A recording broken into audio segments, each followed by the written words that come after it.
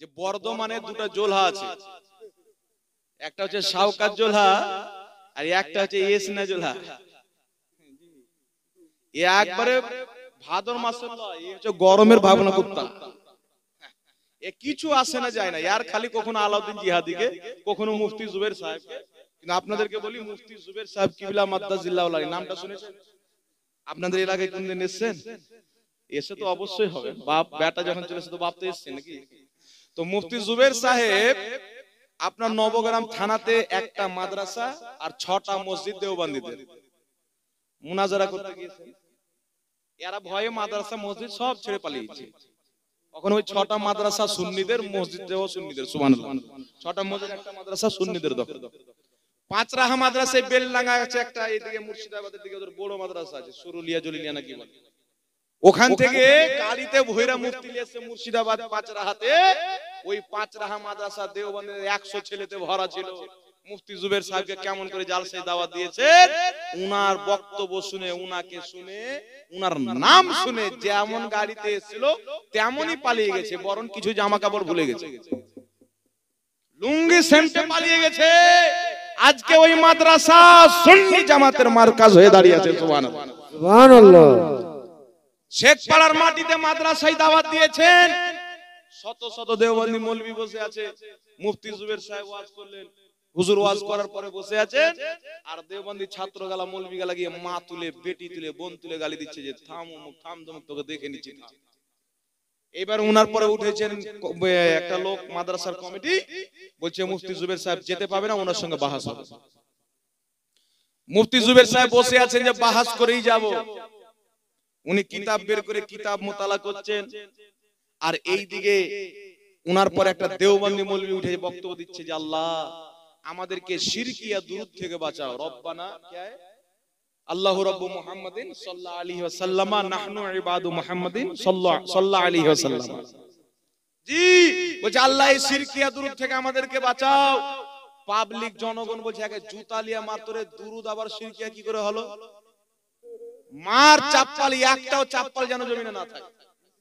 কসম খেয়ে বলি, চাপ্পালকে, সাজনার ডালকে, কলার পাতা যে যা পেয়েছে এমন ভাবে ভাগিয়েছে, তাড়িয়েছে যে কুত্তাকে ওইভাবে জলিল করে ভাগানো হয় না। লুঙ্গি চেলে পালিয়েছে আজকে ওই মাদ্রাসা আহলে সুন্নাত ওয়াল জামাতের স্তম্ভ হয়ে দাঁড়িয়ে। বাহ, সুবহানাল্লাহ। আর এই হারামখোর নিজের বাপ দাদার মাহফিল পেয়েছে, মুফতি জুবের মানে যা আছে তা বলে দিচ্ছে। কিন্তু তুই কি তোর বাপের মতন 14টা শাওকাত জোলহা, মুফতি জুবের সাহেব কিবলার তো আলা মাকাম, আল্লাহ ওনাকে আলা শান দান করেছে, শাওকাত জোলহার মতন 80টা মৌলভীকে আমাদের সামনে নিয়ে এসে চাপ্পাল চাপিয়ে দেও তো ঢুইতে পারবে না। আর এই জোলাখালি ভাকার ভাকার, এখন আমি বলেছি যে মুসলমানের খাতনা করা যায়, ওই যে খাতনা করে ওর ভোজ করার দাওয়াত দেওয়া যায়। তো এক জায়গাতে জালসা করে গিয়ে বলছে যে একটা ঝাড়খণ্ডের মুফতি আছে, মুফতি জাহাঙ্গীর, নুনু কাটা খাবার খেতে খুব ভালোবাসে। হ্যাঁ, তো আর বাপের আর মায়ের বিয়ে হয়েছে, তো গ্রামবাসী ওর বাপ মায়ের সোহাগ রাতের খাবার খেতে ভালোবাসে। কত বড় জোলহা মানুষ তো আছে। আমি বাধ্য হয়ে বলছি, আমার কথা কেউ খারাপ মনে করিয়েন। এই হারামজাদাদেরকে যদি ধুলাই না দেন কিনা, সঠিকটা লোকের সামনে যদি না বলেন, নিজে তো মাতাল, এদের জাতিকেও মাতাল করে দেবে। আমরা দলিলগুলো দিয়ে দিই, তাদের যে অন্ধ ভক্ত আছে কমসে কম বুঝতে তো পারবে যে না দলিলটা আছে। এর আগে দুটো জালসাতে আমি হাদিস দেখে পড়িয়ে শুনিয়েছি, আমার গাড়িতে আলহামদুলিল্লাহ কিতাব রাখা আছে। ইমাম বুখারী রাহমাতুল্লাহ আলাইহি আল আদাবুল মুফরাদ কিতাবের মধ্যে হাদিস নিয়ে এসেছেন। ইমাম আজলুনী রাহমাতুল্লাহ আলাইহি কাশফুল খাফার মধ্যে হাদিস নিয়ে এসেছেন। সাহাবী রাসূল ইবনে উমর রাদিয়াল্লাহু তাআলা আনহু হুকুম দিলেন। কার হুকুম দিলেন? হযরতে সালিম এবং হযরতে নাঈম রাদিয়াল্লাহু তাআলা আনহুমার দুইজনের খাতনা দেওয়ার অনুমতি দিলেন, আর বললেন যে একটা মেষ জবাই করো। তিনাদের খাতনা উপলক্ষে মেষ জবাই করলেন, আর বাচ্চা কাচ্চারা সবাই আনন্দ ভোগ করছিলেন, খুশিতে ঝুমছিলেন যে আমাদের জন্য খাতনা উপলক্ষে মেষ জবাই করা হয়েছে। সুবহানাল্লাহ, সুবহানাল্লাহ। তাহলে যেই কাজ সাহাবা করেছেন ওই কাজটাকে বলছেন নুনু কাটা খাবার। ওর বাপের আর ওর দুটাকে ছুটিয়া কুত্তাকে খাইয়ে দিত। জি, আর ছক্কা বানিয়ে দিতে হবে ভিখারি কোথাকারকে। এইগুলো হচ্ছে পাগলা কুত্তার চাইতেও খারাপ। আমাকে কেউ বলতে পারে যে মৌলভী সাহেবের ভাষা খারাপ, কুত্তা বলে, তোকে কি বলবে? যে কাজটা সাহাবা করেছে ওই কাজটাকে আপনার অমুক কাটা খাবার বলছে, তাহলে ওকে আপনি কুত্তা বলবেন না তো কি বলবেন? জি, কুকুরের বাচ্চা কুকুরও বলা যাবে। তো এই রকম হারামখোর জোলহা জাহিল থেকে সাবধান থাকতে হবে। জি, আজকে জাহাঙ্গীরের ভাষা কেন এরকম? এই হারামখোরদের জন্য। দেখবেন কোন মানুষ আছে না, বাবজি হটো, হটে যাবে, হটবে না, হটবে কি হটবে না? এটা বয়স্ক আছে, বাবজি একটু হটো, যুবক আছে, এই দাদা একটু সরো না, এই ভাই একটু হটো না, হটবে কি হটবে না? কিন্তু কুত্তা যখন থাকবে তখন কি করবে? লাঠি করবেন কি করবেন না? তো এই হচ্ছে মানুষের জাত না, এ কুত্তার জাত। চল চল করে ভাগাইতে হবে, এ মানুষের মতন শুনবে না। আর আমার আওয়াজ যদি ওর পর্যন্ত যাই, বলবো তুই যদি তোর মায়ের অরিজিনাল দুধ পান করে থাকিস আর শাওকাত জোলহার রক্তে যদি তোর জন্ম থাকে, তো খাতনা উপলক্ষে খাওয়া দাওয়া করানো যায়, তুই আমার সামনে হারাম প্রমাণ কর, 5 লক্ষ টাকা ক্যাশ দিয়ে তোকে পাঠাবো। মাশাআল্লাহ। তোমার বাপের যদি বেটা থাকে তো বসো, তোমাকে আর শাওকাত জোলহা দুইজন মুনাফিককে চ্যালেঞ্জ করতেছি। নবী পাকের সাহাবার করা কর্মকে তুমি ব্যঙ্গ করে অমুক কাটা খাবার বলেছো। যদি শাওকাত তোমার বাপ থাকে, তুমি শাওকাতের বেটা থাকো, জোলহা একবার আমার সামনে বসে যাও, অ্যাকসেপ্ট করো। চলে আমি হাদিস বলে দিলাম, আল আদাবুল মুফরাদ এবং কাশফুল খাফার মধ্যে, দুইটি কিতাবের মধ্যে হাদিস, আরো কিতাবের মধ্যে হতে পারে, আমি দুটি কিতাবের মধ্যে পেয়েছি। হাদিসটি আপনাদের সম্মুখে কিতাবের নাম দিলাম, ইনশাআল্লাহ সময় পেলে কালকে কিতাব সহ পোস্টমর্টম করে দেব। কিন্তু এই যে হারাম হচ্ছে না, আরেকটা এই বারাসাতের পাগলা আছে জোলহা, এ ফির ইন্টারন্যাশনাল পাগলা। কিছু লোক দেখবেন এলাকাতে মদ খেয়ে এসে নিজের স্ত্রীকে বাদে কাউকে গালি দেয় না, গ্রামে ঘুরছে, কাউকে বাপ কাউকে আব্বা জান, খুব সুন্দর চলছে, আর বাড়িতে যখন গেল এ মদ পান করার ওর মস্তিষ্ক খারাপ হয়ে গেল, বিগাড় হয়ে গেল, ওই বাড়িওয়ালিটাকে বকবে। তো এইরকম এ পাগলা ভাদর মাসের কুকুর হয়ে গেছে, পাগলা খ্যাপা হয়ে গেছে। এ বলছে যে ঝাড়খণ্ডের একটা গাঁজাখোর বেরিয়েছে, 22 হাতের পাগড়ি পরে, মানে আমার নবী পাগড়ি বেঁধেছেন, আমি নবীর সুন্নাত মনে করে বাঁধি, একে লেগে গেছে 22 হাতের পাগড়ি পরে, আর ওর বাপ জাকির নাক ইংরেজি কুত্তার মতন টাই লাগাই, কোনো সমস্যা নাই। চিন্তা করেন জি, এদের মধ্যে কেউ ফের আছে দেখেন জিনিস প্যান্ট আর কোট পরে বক্তব্য দিচ্ছে, ইংরেজদের ড্রেস পরে কোনো অসুবিধা নাই, জাহাঙ্গীর আলম নবীর সুন্নাত মাথায় পাগড়ি বেঁধেছে। আর কিয়ামতের সকাল পর্যন্ত প্রত্যেক আহলে হাদিসকে চ্যালেঞ্জ যে মাথায় পাগড়ি বাঁধা এটা আমার নবীর সুন্নাত যদি প্রমাণ না করে, সুবহানাল্লাহ, সুবহানাল্লাহ, সারা জীবন তোদের গোলামি করতে উপস্থিত আছে। কিন্তু টাই পড়া কার সুন্নাত বল?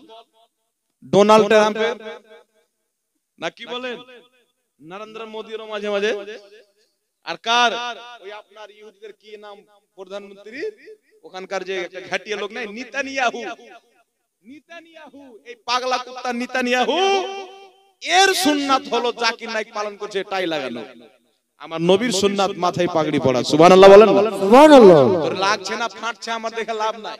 আমি মাজার বানার পক্ষে দলিল দিয়েছি, তো বলছে তোর মাজার বানা, তোর বাপের মাজার বানা, তোর শাশুড়ির মাজার বানা, তোর স্ত্রীর মাজার বানা, তোর না তোর মাজার হবে, না তোর বাপের হবে, না তোর মায়ের হবে, না তোর স্ত্রী হবে, কারণ পৃথিবীর মানুষ জানে আবু জেহেলের মাজার নাই, আবু লাহাবের মাজার নাই, উতবা সাইবার মাজার নাই, ইয়াজিদের মাজার নাই, আরে বেঈমান কাফিরের মাজার হয় না, গুস্তাখে রাসূলের মাজার হয় না, আশিকে রাসূলের মাজার মিশরের মাটিতে চমকায়, ইরাকের মাটিতে চমকায়, ইরানের মাটিতে চমকায়।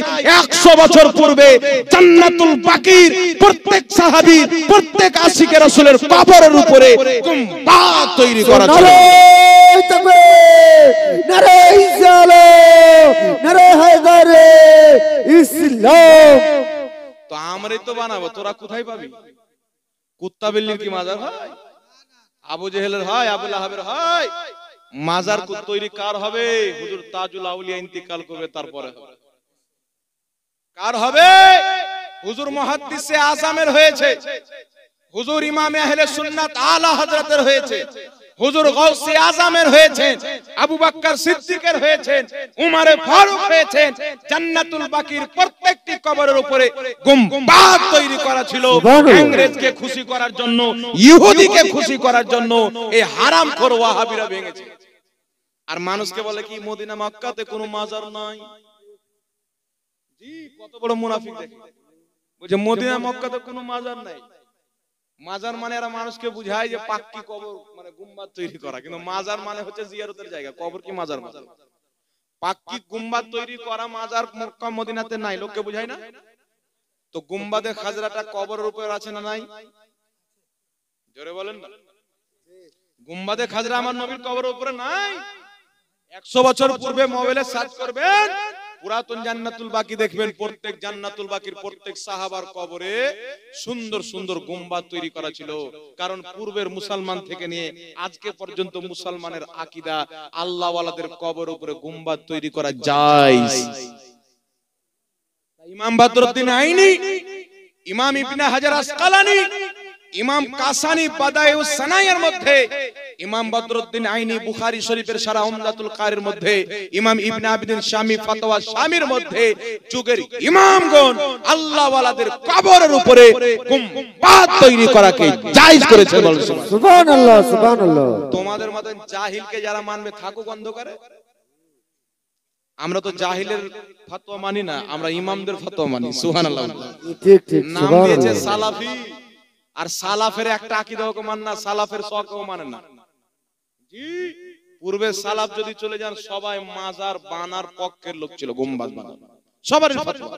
তাই ইমামে আজম আবু হানিফার গুম্বাদের উপরে আপনার মাজার উপরে গুম্বাদ। এই জোলা একদিন বলছে, বক্তব্য দিচ্ছে, পাগলা গাধা কোথাকার, গাঁজা খোনা, তুই তো মুত কর রে। হ্যাঁ, এই একটা বক্তব্য বলছে উটের পেশাব খাওয়া যায়।